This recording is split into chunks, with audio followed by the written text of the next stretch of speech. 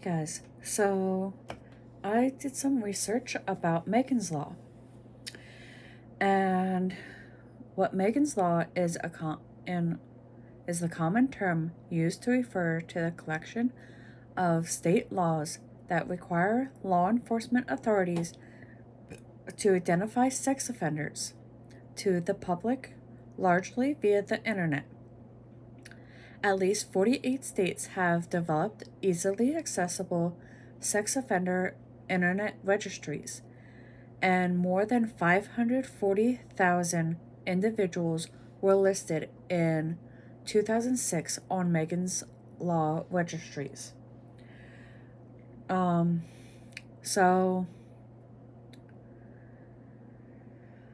one of the things that I had seen was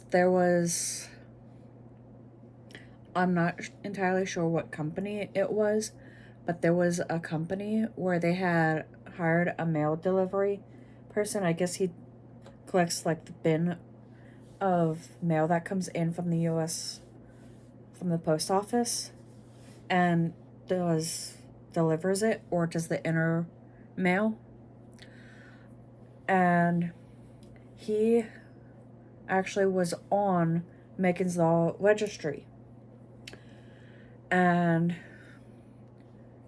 he had placed like his registration, Megan's Law registry thing in an envelope and placed it on his boss's chair.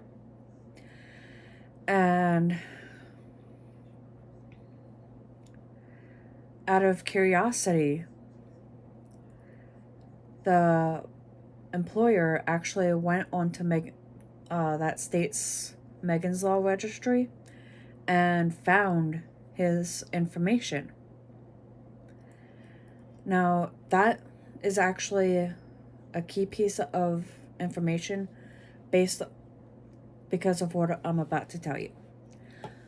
Generally, employers should avoid surprises like one experienced by the office manager.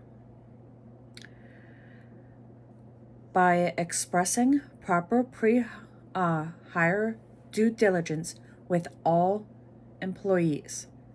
A good practice is to ask employees on applications whether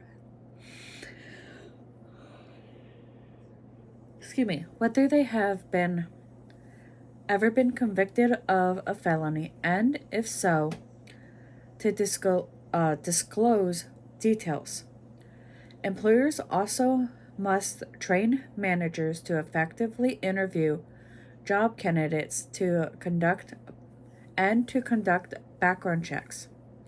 By making sure these practices are carried out, employers can identify applicants whose criminal history potentially may serve as a legitimate basis for rejection.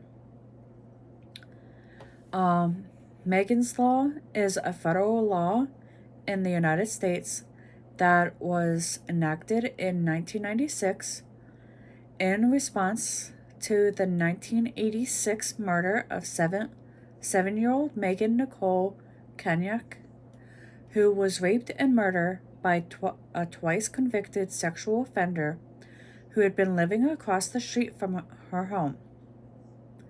The law was named after Megan Kenyak and requires state to maintain a sexual offender registry and to make certain information about registered sex offenders available to the public. On May 30th, 1997, over 24 years ago, when Jesse Temendwex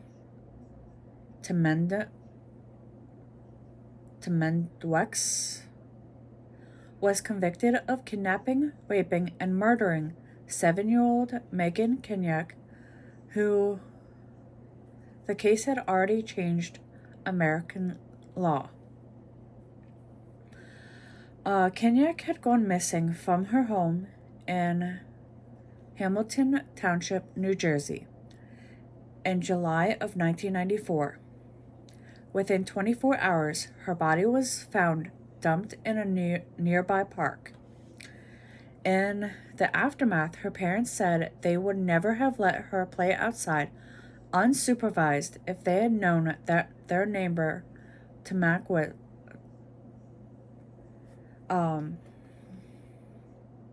Jesse, who had lured Megan to his house by saying he wanted her to meet his new puppy, was a sex offender who had previously gone to jail for his crimes.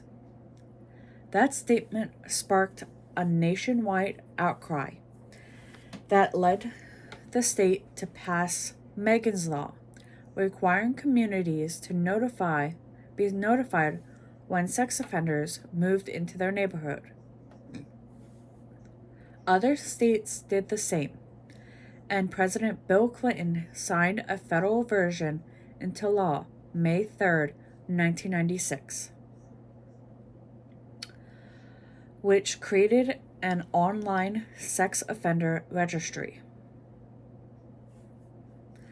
Citizens are increasingly taking up the environmental battle cry of NIMBY, not in my backyard, and rallying to block former convicts from settling in their communities.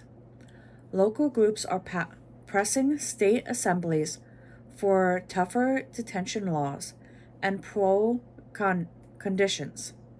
When legislators don't respond quick enough, citizens take it upon themselves to sound the alert.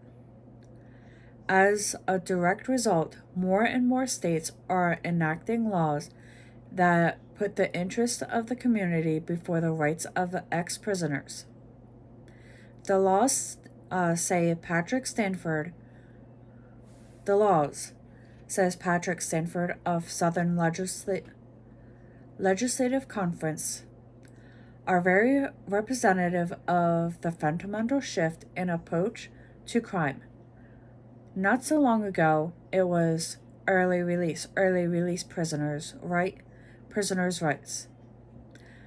The new mood, says Stanford, is concern for the people the offender hurt. The latter demand for notification laws that alert citizens when a sex offender is about to be released into their community. At present, 38 states require that local police be notified when a release is imminent. In 1996, cover story 2 on protecting children, the magazine pointed out that a long-term obstacle to make substantive changes to protect children is that it takes national headlines for lawmakers to pay attention. A horrific crime like the one that created Megan's Law, had the power to move lawmakers, but as Martin White, alderman of Children's Defense Fund, argued, and the story, threats to children from things like poverty were more politically different to confront.